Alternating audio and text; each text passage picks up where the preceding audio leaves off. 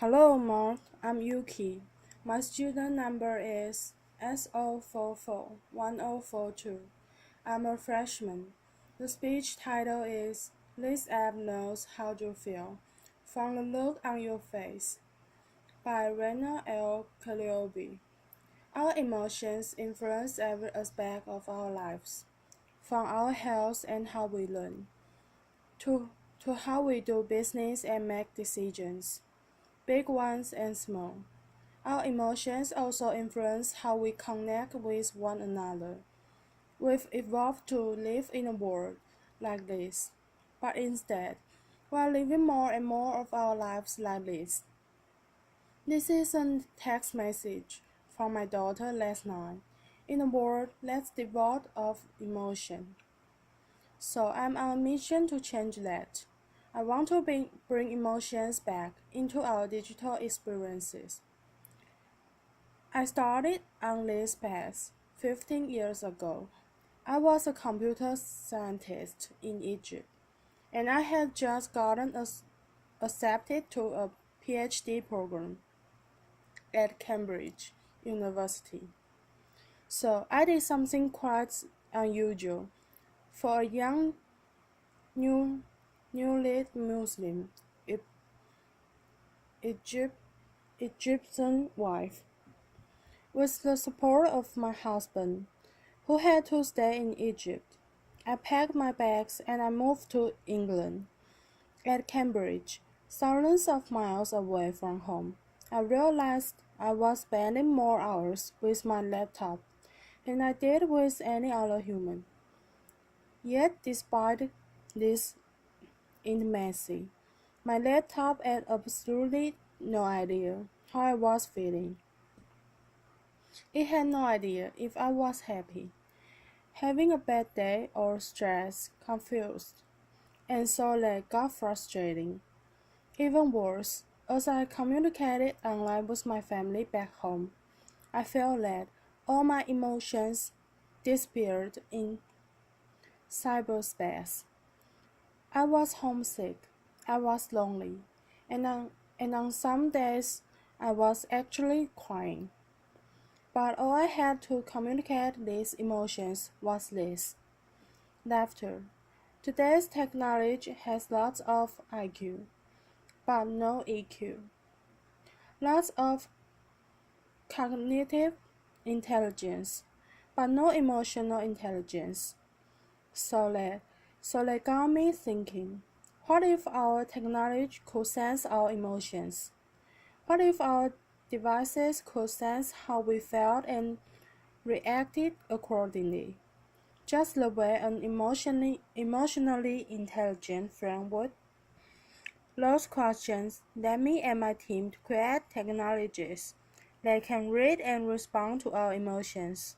And our starting point was a human face. So our human face happens to be one of the most powerful channels that we all use to communicate social and emotional states. Everything from enjoyment, surprise, empathy, and curiosity. In emotion science, we call each facial muscle movement an action unit. So, for example, action unit 12, it's not a Hollywood blockbuster. It is actually a lip corner pull, which is the main component of a smile. Try it, everybody. Let's get some smiles going on. Another example is action unit 4. It's a broad furrow. It's when you draw your eyebrows together and you create all these textures and wrinkles. We don't like them, but it's a strong indicator of a negative emotion. So we have about 45 of these action units. It may combine to express hundreds of emotions. Teaching a computer to read these facial emotions is hard, because these action units, they can be fast, they are subtle, and they combine in many different ways. So take, for example, a smile and a smirk. They look somewhat similar, but they mean very different things. Laughter. So a smile is positive. A smirk is often negative. Sometimes a smirk can make you become famous. But seriously, it's important for a computer to be able to tell the difference between the two expressions. So, how do we do that? We give our algorithms tens of thousands of examples of people we know to be smiling from different ethnicities, ages, genders, and we do the same for smirks. And then, using deep learning, the algorithm looks for all these textures and wrinkles and shape changes on our face, and basically learns that all smiles have common characteristics. So smirks have subtly different characteristics. And the next time it sees a new face, it essentially learns that this face has the same characteristics of a smile, and it says, "Ah, I recognize this. This is a smile expression." So the best way to demonstrate how this technology works is to try a live demo. So I need a volunteer, preferably somebody with a face. Laughter. Carl's going to be our volunteer today. So, over the past 5 years, we've moved from being a research project at MIT to a company, where my team has worked really hard to make this technology work, as we like to say, in the wild, and we've also shrunk it so that the core emotion engine works on any mobile device with a camera, like this iPad. So let's give this a try. As you can see, the algorithm has essentially found Cora's face. So it's this white bounding box, and it's tracking the main feature points on her face. So her eyebrows, her eyes, her mouth, and her nose. The question is, can it recognize her expression? So we are going to text the machine. So first of all, give me your poker face. Yeah, a reason. Laughter. And then as she smiles, this is a genuine smile. It's great. So you can see the green bar go up as she smiles. Now, that was a big smile. Can you try a subtle smile to see if the computer can recognize? It does recognize subtle smiles as well. We've worked really hard to make that happen. And then eyebrow rest, indicator of surprise. Brow furrow, which is an indicator of confusion. From, yes, perfect. So these are all different action units.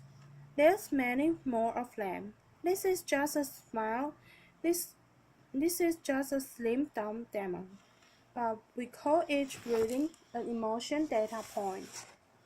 And then they can fire together to portray different emotions.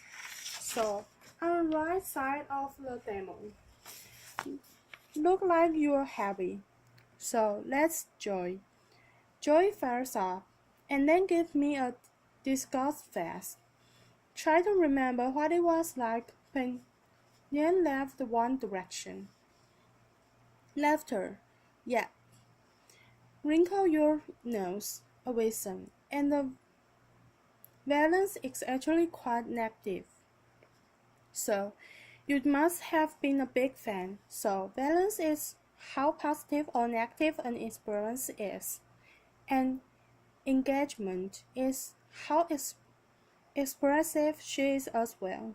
So, imagine if Cole had access to this real-time emotion stream, and she could share it with anybody she wanted to. Thank you. Applause. So far, we have amassed 12 billion of these emotion data points. It's the largest emotion database in the world.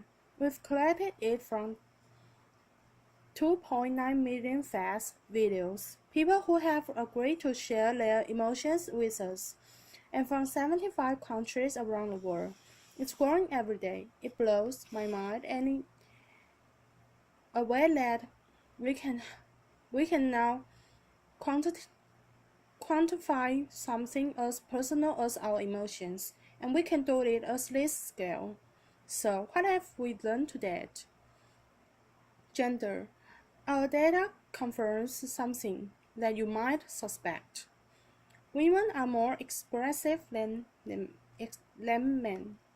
Not only do they smile more, their smiles last longer, and we can now really quantify what it is that men and women respond to differently. Let's do culture.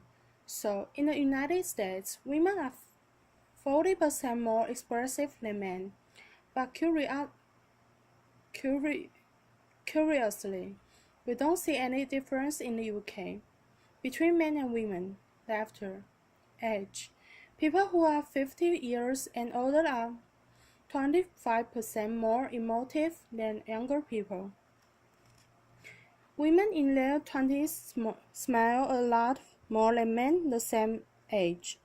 Perhaps a necessity for dating. But perhaps what surprised us the most about this data is that we happen to be expressive all the time, even when we are sitting in front of our devices alone. And it's not just when we are watching cat videos on Facebook. We are expressive when we are emailing, texting, shopping online, or even doing our tasks.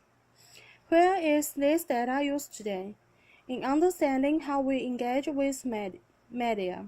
So understanding virality and voting behavior, and also empowering our emotion in enabling technology. And I want to share some examples that are especially close to my heart. Emotion-enabled wearable glasses can help individuals who are visually impaired read the face of others, and it can help individuals on the autism spectrum interpret emotion, something that they really struggle with. In education, imagine if you are learning absence that you are confused and slow down, or that you are bored, so it's sped up, just like a great teacher would in a classroom. What if your wristwatch check your mood, or your car sense that you are tired, or perhaps your fridge knows that you are stressed, so it auto-locks to prevent you from binge eating. Laughter. I would like that, yeah. What if, when I was in Cambridge, I had access to my real-time emotion stream, and I could share that with my family back home in a very natural way, just like I would if we were all in the same room together. I think 5 years down the line, all our devices are going to have an emotion chip, and we won't remember what it was like when we couldn't just frown at our device and our device would say, you didn't like that, did you?